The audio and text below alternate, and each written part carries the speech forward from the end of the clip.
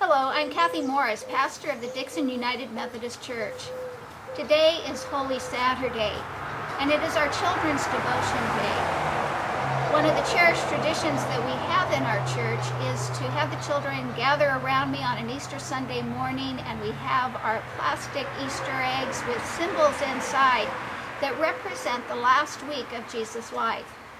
Since we're not able to do that this year, I'm going to show the children things that they can either find or make around their homes that help you together as a family to tell the story of Jesus and the last week of his life. Now we hope that you still have the palm fronds that we delivered to you last week. And of course, this palm frond reminds us of Jesus' entry into Jerusalem when the crowds hailed him, crying out, "Hosanna." When Jesus was in Jerusalem, one of his disciples, Judas, made a deal with the leaders of the temple, saying that he would show them where Jesus was. And Judas was paid 30 pieces of silver. So you may want to go around and see if you can find 30 pennies, and let that represent the price that was paid to Judas for betraying Jesus. Jesus gathered in a room with his disciples to have one last meal, and so you can find a cup of any sort, and let that be a representation of Jesus' Last Supper with his disciples.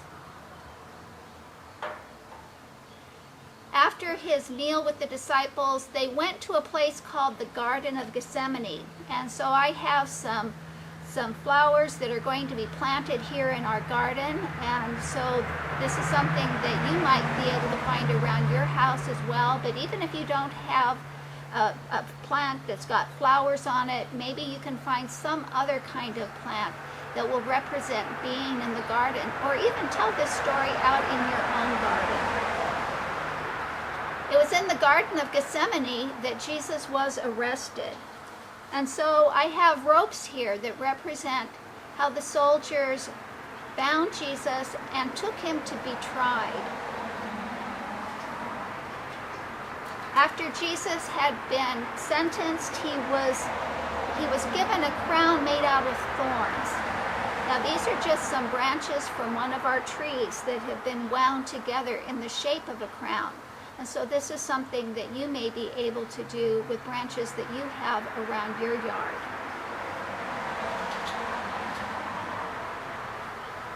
When Jesus was taken for crucifixion, the guards cast lots to get his robe. And so here's a die.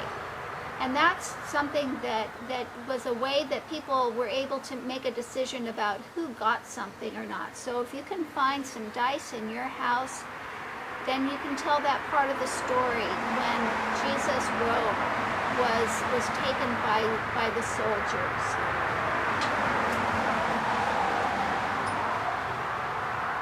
I have here a cross with 3 nails, which represent the crucifixion when Jesus was nailed to the cross, and it was a terrible form of execution.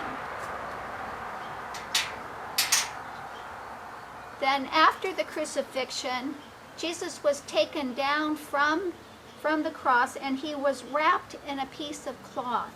So find a piece of cloth in your house that represents the cloth that was wound around Jesus. And then finally a stone that represents the stone that was placed over the tomb. I hope this will be a time for you and for your families to think about Jesus' story and his life, and how important it is to us. Because of him, we are able to look forward to life without end in God's eternal love. Now, on Easter Sunday, we're going to be having an Easter parade at the church. And what this means is that you're going to come in your cars with your families, and we hope that you'll decorate them.